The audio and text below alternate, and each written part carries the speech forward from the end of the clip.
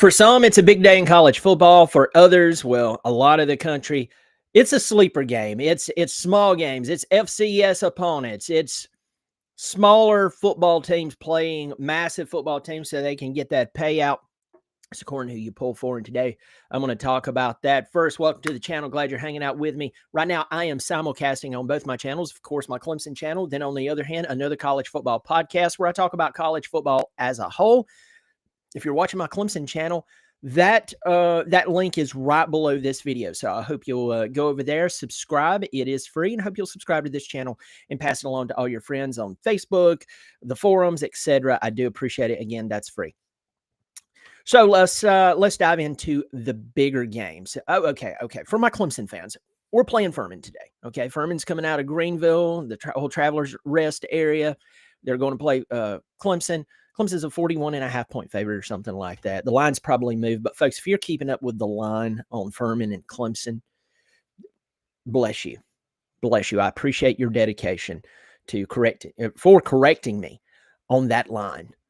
Yeah, that's dedication or insanity. I don't know. But with that said, Clemson playing Furman today. They win the ball game. Most likely they will. We know what's going to happen. Clemson will be bowl eligible. They're 4-4 in the ACC. So if they win today, guarantee they will not have a losing regular season record. They'll play South Carolina next week. South Carolina plays Coastal Carolina in Columbia today. That's an interesting game. Coastal Carolina started off the season they just didn't look good. And they have not looked like the Jamie Chadwell, Grayson McCall before he got injured team. That was a really good football team. That was a really good story in college football. If you love college football as a whole, you love that story. Unfortunately, that's not what's marching into Columbia today. So I think that the Chanticleers stands a little more of a chance against South Carolina than Furman does against Clemson. With that said, I see the Gamecocks winning that game and setting their sights on Clemson. Clemson just win the ball game today, and you'll be bowl eligible. And which for me, y'all know my opinion. I'm not even worried about that anymore. We have other people who has so quickly went from, oh, this is a team that's a contender to, oh, if we can just get bowl eligible. I don't know. To each their own. So that's what's going on in the state of South Carolina for all of my Clemson football fan followers. Blah blah blah blah blah. Let's talk about college football as a whole today. Again, as I said, there's a lot of really, really small games, and I'm not even going to preview these. I'm just going to name them out to you so you can hear how bad it is. We have Samford playing at Texas A&M. Of course, next weekend is the post-Thanksgiving Day rivalry games. Texas A&M, games like that. I mean, it's a big deal. But right now, you have these Samford 1-10 playing at 10-0. Texas A&M. You have Charlotte playing at Georgia. Who is that? Is that Eastern Illinois playing at? I'm clicking in. Yeah, Eastern Illinois playing at Alabama. I mean, it's games like that left and right. We have a really rough UK team, Kentucky team playing against Vanderbilt. So I mean, there's these really, really mundane games going on. But let's get to the big ones. This one I'm going to start off for us Clemson fans. Our ACC championship hopes ended a long time ago, unfortunately for us. But a team that has stood the test of time, for this season has been Georgia Tech. We know them very well. They beat us with that walk-off field goal. That was an incredible kick. Time's running down. That snap could have been botched. You go back to that, there was a lot of discipline there. Georgia Tech only has one loss, and it's to a schizophrenic NC State team. I call them schizophrenic because one minute they're beating Georgia Tech. 1 minute they're beating Virginia. The two teams at the very top of the ACC at this very moment. And then the next minute, NC State's getting throttled by someone. And it's like, which is it? But Georgia Tech, 6-1 in the ACC, 9-1 overall, playing Pittsburgh. Pittsburgh is actually going to Atlanta. They're 7-3, 5-1 in the ACC. You're like, okay, I hear one conference loss. Make this a little more clear for me. I'm glad you asked. Georgia Tech, Virginia, Pittsburgh, and SMU are in a four-way tie with one loss in the ACC. So Georgia Tech right now and Pittsburgh, someone's coming out of this game with a loss. Get this, Pittsburgh's only a 2.5-point favorite. Or not 2.5-point favorite, a 2.5-point underdog going into Georgia Tech. Now, they changed their quarterback. They had a guy that they got out of Alabama a couple of seasons ago, and they replaced him. They replaced him with freshman Mason Henschel, forgive me. And he replaced Eli Holstein, a guy out of Alabama. This guy took over and since then has done outrageously well. I mean, it's the reason that you see a resurgence in Pittsburgh, and they're 5-1 in the ACC. Get this. Most likely the winner of this game, Georgia, excuse me, if Georgia Tech wins this ball game, they've punched their ticket to Charlotte because this is their last conference game. Pittsburgh has to play Miami next week. All right. So Pittsburgh would already have one loss. If Georgia Tech wins this game, they are as good as in. Now, Virginia is off this week. They play Virginia Tech next week. Of course, Virginia Tech just hired James Franklin out of Penn State after everything that went on there.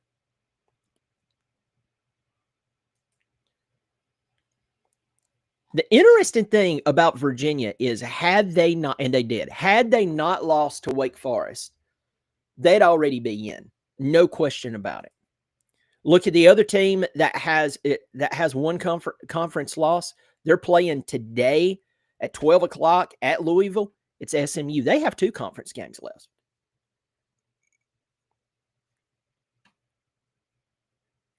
What would make everything really easy is for SMU to drop a game, Pittsburgh to drop a game, and then you're going to have Georgia Tech versus Virginia. Oh, 90s matchup. That would be early 90s, late 80s matchup.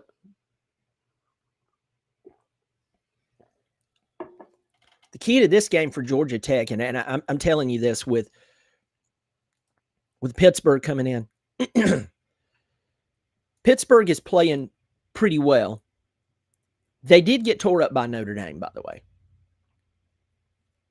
Pat Narduzzi said, listen, I don't care if Notre Dame beats us basically by 100 points. All we have to do is win the next two games, and I feel confident we're in. We're in the ACC championship. You get to the ACC championship. You win that game, you're in the college football playoff. Excuse me. Now, let's talk about this. Pittsburgh played Notre Dame, got beat by 22 points. Well, that doesn't mean anything. It does mean something if for some reason you do win out. You win the ACC and then you go to college football playoff, you'll get throttled. You'll absolutely get throttled. And if the ACC doesn't want egg on its face, I trust Georgia Tech in a college football playoff more than I do Pittsburgh.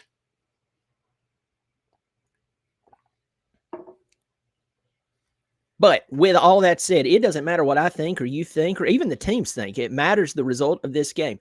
Tonight, 7 o'clock on ESPN, you need to clear your calendar. You need to watch that game. I know I'll be watching. The key to this game is focus for Georgia Tech. Focus, focus, focus, focus. Haynes King, there is absolutely no question if this game comes down to Haynes King. That's kind of like a duh.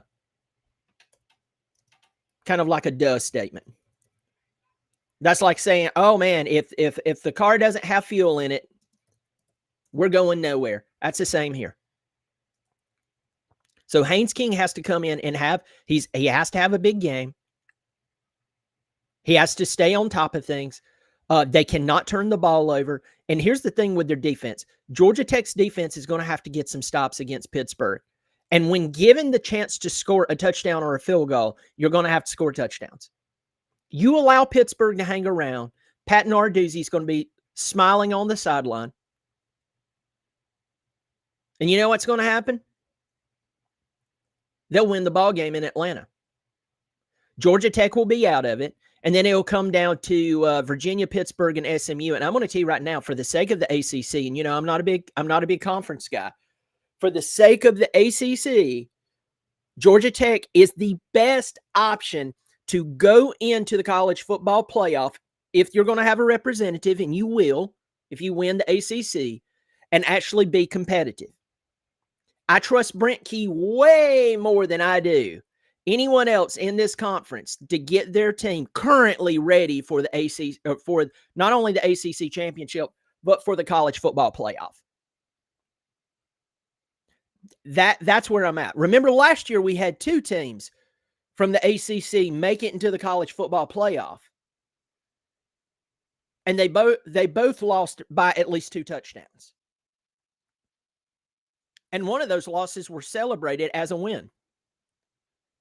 So if you're someone who looks at the conference and you get sick and tired of getting, little jabs thrown at you throughout the year, you better be praying that Georgia Tech wins this ball game and is the representative in the college football playoff, because I'm not saying they wouldn't get beat by a lot of points. I'm saying they stand the best chance of being competitive. Out of all the teams, I tell you right now, I know Virginia is doing what they're doing,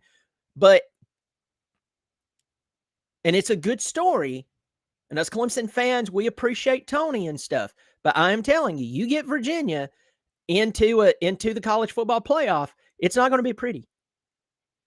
You get Pittsburgh in there. They just showed you what they would do against a team with 2 losses at the very beginning of the season, and they're on a 7-game win streak, Notre Dame.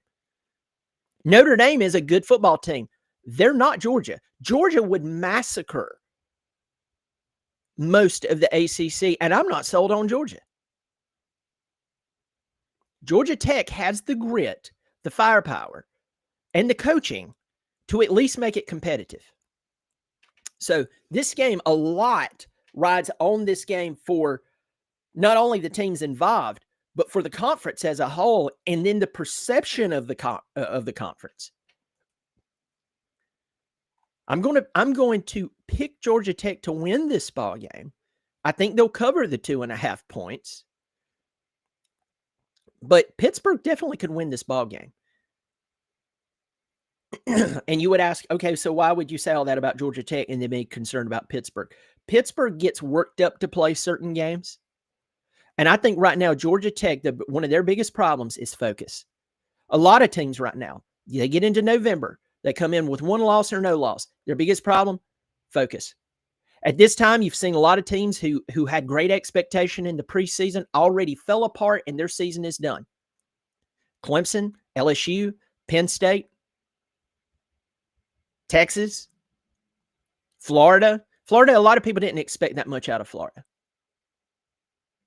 But I guess what I'm trying to say here is that there was a lot of teams that by the time they got to know, good grief, some of them by the time they got to mid-October, they knew their season was at 2025 was already a wash. And then you're having to pivot to loser slogans of, hey guys, we're still a team, we still have a lot to play for, and I know our initial goal, let's go on and stuff. You're having to pivot to that. If you're pivoting to that by the time you get to mid-October, you've got problems, massive problems.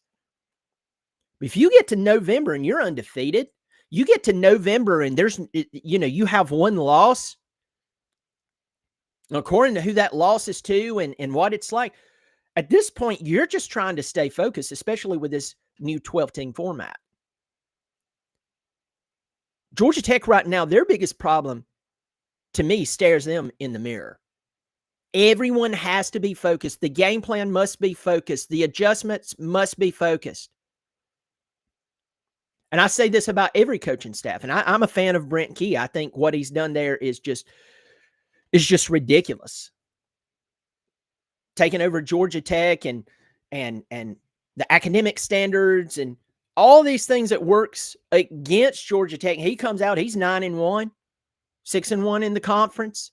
And while you have other college football teams with a lot of money being poured into them and or history over the past 15 years of winning maybe a championship or maybe being a really good football team, and their coaches goes up to the microphone and they give more excuses than a 13-year-old boy caught with a pack of cigarettes, necking with his girlfriend. I said naked, not naked. Making out with his girlfriend in the Sunday school room. More excuses than that. Georgia Tech's coach is not doing that. Georgia Tech's coach is doing a pretty doggone good job. But here's the thing. Brent Key has to keep these guys focused. And that's one of the biggest games of the day.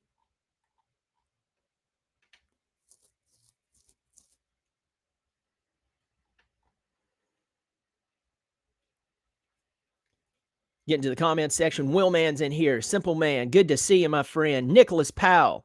It's good to see you. Austin, 1619. Good to see you, my friend.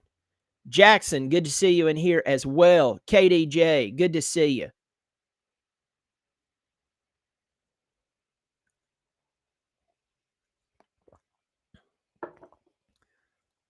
All right, let's get back here. Let's talk about one of the other massive game of the day. This is a really big game. This hits home for Clemson. This is funny for us Clemson fans. Both of these games hit close to home for us. You have Georgia Tech. Why? It's the closest ACC school to us. Go right down Interstate 85. Boom, there you are. Georgia Tech. This other game is because of a former coach. We have Brent Venables, 8-2, ranked number 8 in the country. Coming off the big win against Alabama. 12 o'clock on ABC. The game will be kicking off before you know it. About an hour and 15, hour and 20 minutes. Missouri, 7-3. A team that did not have a ton of expectation coming into this season. They had lost some talent. Missouri is not an Ohio State or a Georgia or one of these big teams that just has tons of money pouring into it. By the way, someone's going to go into the comment section and go, huh, you have no clue. There's a lot of money going in Missouri. I'll get that all the time. There's a lot of money going into fill in the blank school. And what's so funny is you can go look up who are the which schools has so much money being poured into its collectives, NIL, donor, all that bunch of good stuff. And that school is nowhere to be mentioned. I just had a feeling. Maybe it's heartburn. I just know it's coming. You have no clue. They've got Bilbo Boggins. Bilbo Boggins, he owns a largest transfer truck company in Missouri. Bilbo loves Missouri Tigers football. He pours tons of money into it. Read a book. Have you ever heard of a search bar to look up stuff? Yeah, Missouri. Missouri's 7-3. They've actually had a pretty good season compared to what everyone thought. And Eli Drinkwitz can coach. That's it. Eli Drinkwitz can coach. He takes over bad situations. He makes them into good situations. Okay? That's what he does. He comes into this game 7-3. Now, here's the thing. He doesn't have his regular quarterback. I know he's updated to questionable, but Pribula got hurt against Vanderbilt, and his body contorted in such a way. Have you ever been watching a game and you don't even have a dog in the fight? Maybe you don't even like the team. I have no problem with Missouri. I'm not a fan, but I have no problem with them. And so you're watching Missouri play Vanderbilt, and you watch their quarterback get bent in such a way, and you feel bad for him. I got nauseous. I didn't puke, but it was like, oh Lord, I can't watch that again. That's what happened to him. He is marked as questionable. I doubt he's going to play today. They put him out there. They you know, well, a competitor wants to play. Yeah. If a competitor is one good sneeze away from a wheelchair, you probably should not put him out there. Say no. Just say no. Sometimes the right answer is no. Will it hurt them? Okay, great. He's going to be even more hurt if this Oklahoma defense gets hold of him. He'll have peg legs, and his biggest concern in life will be termites. I don't think that you need to put him out there. The key for Brent Venables and his team at 8-2 is what I said about Brent Key. Focus. You come off this big win against Alabama in Tuscaloosa. Alabama's been rolling. They went to Georgia. They beat Georgia. Only head-scratching loss they have is that very first game against Florida State. By the way, did you see that Florida State-NC State game last night? Oh, good grief. Florida State muffed 2 punts in a row. It's almost like someone's being paid to be bad. It's that bad. It's almost like someone is being paid to throw games.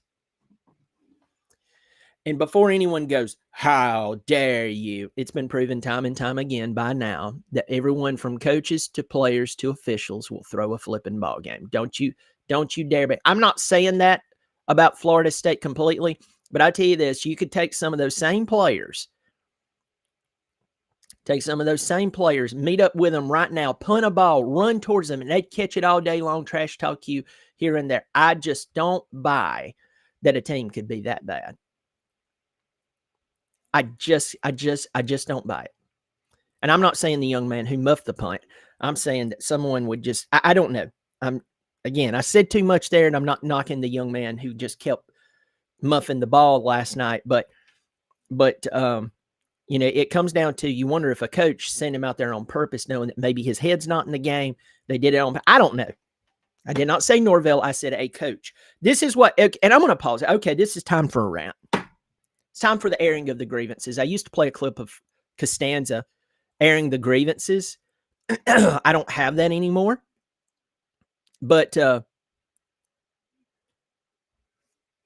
I'm going to tell you. I'm going to tell you this. When we talk about coaches at any school, who do we always start with? We always start with the head coach. Well, that's because he's the head coach. Do you realize that the head coach only has so much power? Now, it's the ultimate power to hire and fire. But when a coach hires someone to do a job and they don't do that job, it is ultimately up to the coach to replace that guy with someone who is qualified. Now, this is something that a lot of people really don't understand. And this is something that a lot of people don't want to accept. Here in Clemson, when you criticize the coaching staff, what is the first thing that happens from Clemson fans? Oh, you mean you want to fire Dabo? And you see these rednecks poke their chest out. They're ready to fight. They've never met Dabo a day in their life. Maybe at a meet and greet. Maybe they met him out on the town, shook his hand one time, and now they're besties with Dabo. No, you're not asking that Dabo be fired or demanding or anything like that. You're just saying, hey, it's probably time to make some changes on the coaching staff, right? As at wholesale. And people don't understand that. Norvell hired coaches, right? But the buck does stop with him, because you don't have the ability to fire someone, and I don't have the ability to fire and hire someone, but they do. So even though you're not calling for them to be hired, you're calling for them to act. So anyway, I just wanted to pause and define that, because so many fans, and you can read through my comment section, you go to other comment section, you can go to forums, you can go, whatever it is, your favorite team, and quickly you'll realize that the fans don't understand that. Let's take Josh Heupel, for instance, up at Tennessee. Josh Heupel's going to have to do something about his defense. He's going to have to bring in a defensive coordinator who absolutely has blood in his mouth and will shut down the opposing team. I predict this, Tennessee fans, if Josh Heupel gets a killer defensive coordinator in there, don't be shocked if Tennessee wins the national championship in the next 5 years. Don't be shocked. But if Josh Heupel does not make the proper hire at defensive coordinator and then ensure that all the development under that defensive coordinator is not in the hands of qualified position coaches, Josh Heupel will always be this close to doing something good. All right, leave that there. Let's come back to Oklahoma. Oklahoma playing Missouri. The key for this game is for Oklahoma to stay focused. John Mateer is getting more and more healthy as the days go on, right? If you don't know that, he is. His hand was bleeding against Texas. He shouldn't have played against Texas. Well, it's the rivalry. Again, just say no. Just say no. I think they played Russian roulette that day. I love Brent Venables. Really appreciate the guy, what he's done. He's a Clemson legend. We're finding out more and more every day that he was majorly responsible for a lot of the success that Clemson had. I just lost a few people there. But Brent Venables has this team sitting in a place to where all they have to do today is win. They're a 6.5-point favorite. All they have to do is win today. You don't have to win big. You don't have to win small. You just have to, well, you do have to win small. You can win small and you're in. You're fine. Next week, you'll play LSU, a team that has, they always have a lot of talent. Have to remind LSU fans this. You always have a lot of talent. Talent at LSU has never been the problem. Never. The person standing on the sideline, that has been the Achilles heel. And so we have Oklahoma here. We have Missouri. This is a game that Eli Drinkwitz would look at and say, listen, I would love to beat Oklahoma in Norman. I would love to get win number 8 today. I would love to be the reason they don't make it to the college football playoff. This would, in fact, make me look good to do it without my starting quarterback. Oklahoma, whoever's playing quarterback out there, and by the way, I'm not talking about anything taking cheap shots, but folks, I know that some of you are going to be shocked. Football's supposed to be violent. That's the reason you're given a set of pads and a helmet. And I know the game gets more and more watered down every year. But you need to make whoever's playing quarterback feel more pressure than they've ever felt in their entire life. And we know Brent Venables will. And so I believe that they're going to actually go out there and take care of things as long as they stay focused. I see Oklahoma winning this game.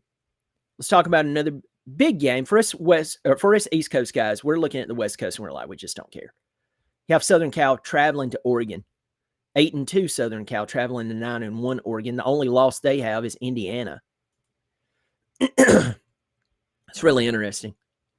Indiana being, who they are and doing what they've been doing. It's crazy.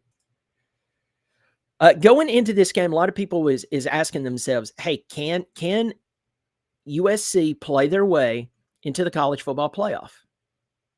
On the other hand, you're looking at Oregon going, hey, you have one loss. It's to Indiana, one of the hottest teams in all of college football.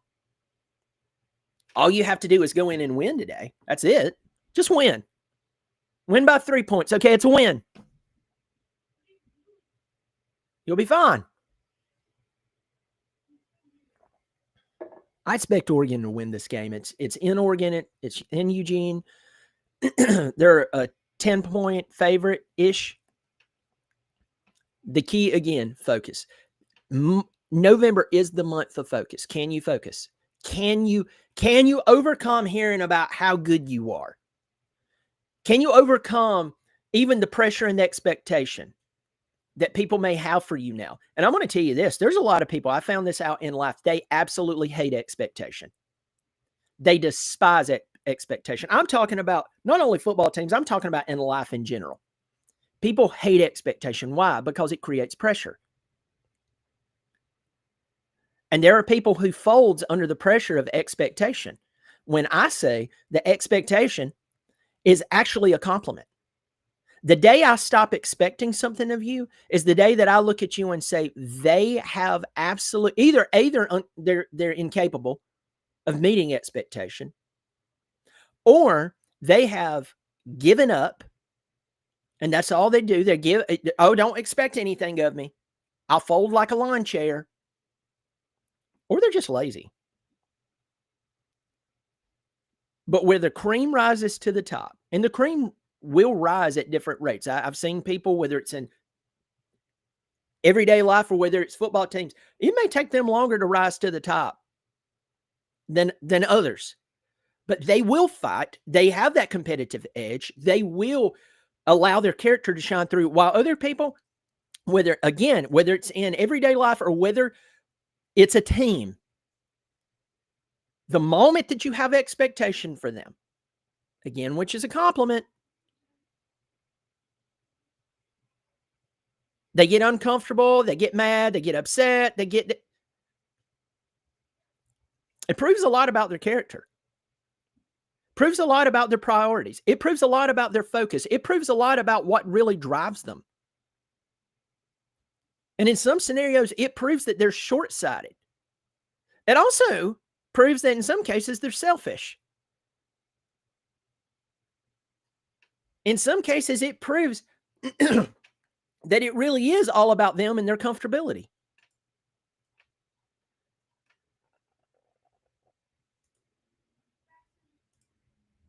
So you get in here and you look at these teams, you get into the schedules, you're looking at the teams, you're looking at this weekend.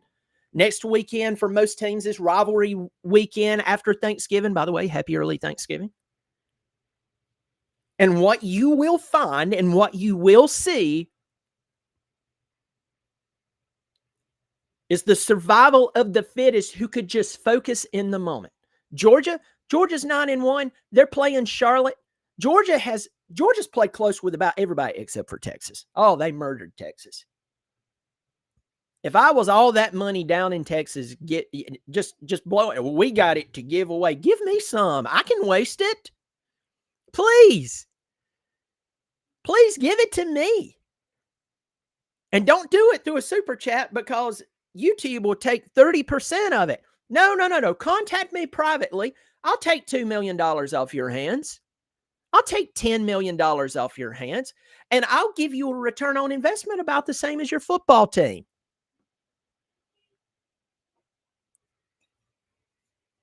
I couldn't help myself there.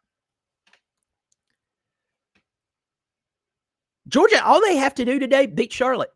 Big deal. They'll do that with their fourth string and one of their cheerleaders. So which way am I supposed to run? That way. Imagine there's a Sephora or an Ulta on the other side of that end zone. Oh my God. Nah. Yes. All you have to do is run that way. Leading rusher in Georgia.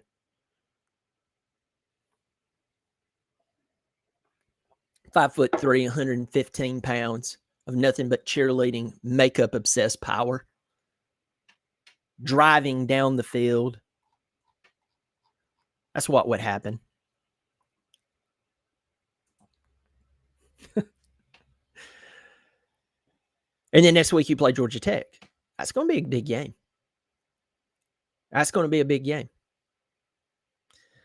All right, folks, tell me what you think in the comment section below. Let me know, who do you think do I have it wrong? Am I right? Am I kind of indifferent? Go for it. That would be absolutely it's interesting to read some of the comments. Yesterday I did a show where I just read the comments and it spurred more comments. So I do want to answer. If you're sitting here at the 34-minute mark, most likely you'll be the only ones to hear this. Most people are not going to listen all the way through to the 34-minute mark. So everyone just buckle up for me. In fact, I'm going to try to address this comment from someone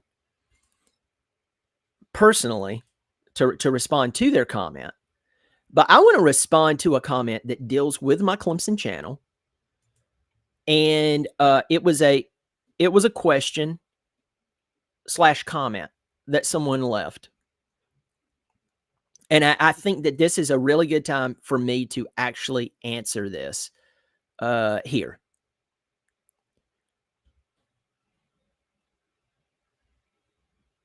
Some of your takes are good, but in my opinion, you seem to attract opposing fan bases who like to rag on Clemson. Your comment sections are filled with the super critical Clemson people. It just gets a little tiring and makes me wonder what your motivations are for doing some of the videos. Um, there has been there was a response to that was I think pretty solid. I want to say this. When I talk about Clemson right now, what could I say? I mean, really. Well, I tell you this, our quarterback play has been top notch. You know, I love Cade. I've pulled for Cade. I've taken up for Cade probably about as much as his parents has, or second to his parents. I believe he was the most ill prepared quarterback by this coaching staff as anyone. At least DJ got some time behind Trevor Lawrence. At least he had some moments. DJ was not developed by this coaching staff. Well, that was DJ. Everybody loves to rag on DJ. Then you go to 6A Texas quarterback Cade Klubnik. Never lost in high school, playing at a higher level than most of you ever thought about playing if you played high school football. If his high school team marched into your high school, even if you played at one of the local really big schools here in the upstate of South Carolina and played you, they'd beat the crap out of you. You'd be like, oh my God, what is wrong? What happened? You wouldn't stand a chance. I mean, they'd burn your stadium down. They'd score so much. Somehow he's a bust. We have Vizina struggling. You notice something? Anyway, but I've taken up for Cade. Here's the deal. What can we say about Cade? Other than he loves Clemson and he seems like a decent dude. Cade is still missing wide open guys. Well, it comes back to development, but unfortunately, I have to talk about that. Our offensive line is led by a guru. And there's a lot of people who want Matt Luke gone. Well, Matt Luke is actually an offensive line guru. What does that say about your team when a guru takes over? He's in year 2, and guys who were projected to well, first they were said to be one of the top offensive lines in all of the country. Phil Steele said that. They can't block. Well, it's not Matt Luke. What am I supposed to say when our defense is taken over by, yet again, a guru? Tom Allen has a really good reputation as a defensive coach, has a really good reputation. He takes over at Clemson. You know, we're meeting guys in the backfield and can't wrap up, and tackles are being broke. What do I supposed to say? Listen, I'm not being a jerk here. I'm just literally asking, what do I supposed to say?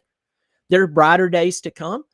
Well, again, not ragging on Coach Sweeney. I'm just saying if he only lets go of one coach, and I hate for anyone to be fired, I really do, there will be no better days to come. We're probably not going to go to the portal and go pick up the much needed players. I literally talk about what's actually happening. And trust me, it gets tiring for me too, because I'm going to have to say this. And again, I appreciate your comment. I've had comments from you before, and it's been good comments. Again, just because we live in a society where you can't disagree with someone or you can't rebut them, or else everybody gets mad. Thank you, HR departments, for that, by the way. HR departments and just people teaching, it's just human emotion being manipulated. So I get where you're coming from. Try running a Clemson channel. Try running a Clemson channel where you go to make a video and you go, well, that's okay. Hold on. Well, I'd have to lie to say that's good. Well, I wouldn't be very realistic if I said that. I just can't do a video today. Really? I just can't do a video. Oh, hold on. I can't do a video next week. Oh, there were no coaching changes? Oh, man, how am I supposed to spend this without lying? So, I say this to you, and I say this to the people who they get irritated with me, which, by the way, if you put yourself on the interwebs, people are going to take a shot at you anyway. There's always going to be someone who's not going to like you. There's always going to be someone who disagrees with you. You can't be a people pleaser. You have to be yourself within reason. And we should always try to improve. With that said, I just don't know what I'm supposed to say about Clemson other than lie. Oh, there's brighter days ahead for Clemson. Why do we say that? Well, it's just being hopeful. Well, what gives you hope? Well,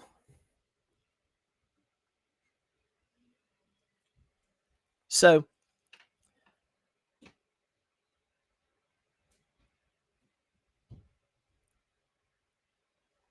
anyway, I just wanted to throw that out there.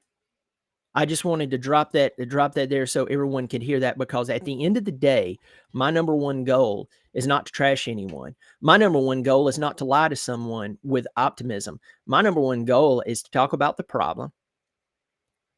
Talk about not even the problem, to talk about what is currently going on. What is going on right now? And if it is bad and we don't like it, therein lies the problem. It's not that someone said there's a problem. It's that we're calling out the problem. So I just wanted to say that, and I'll probably respond in a comment. But folks, I'm going to tell you this right now. There's nothing really good to say about Clemson. There's not. And you can stick with your team and still tell the truth. You don't have to lie, folks. You don't have to lie. Being a good fan does not involve lying. It's actually quite the opposite. And that's a lesson in life as well. Folks, y'all take care of yourself. It's good to see you. I hope you take care of yourself. Hope you have a really good day. Check out some of these other football games. If you're going to the game today, I hope you'll be safe. It is going to be warm. It's kind of crazy the week before Thanksgiving, and here we are.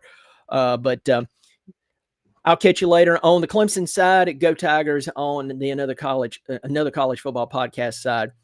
We'll catch you later.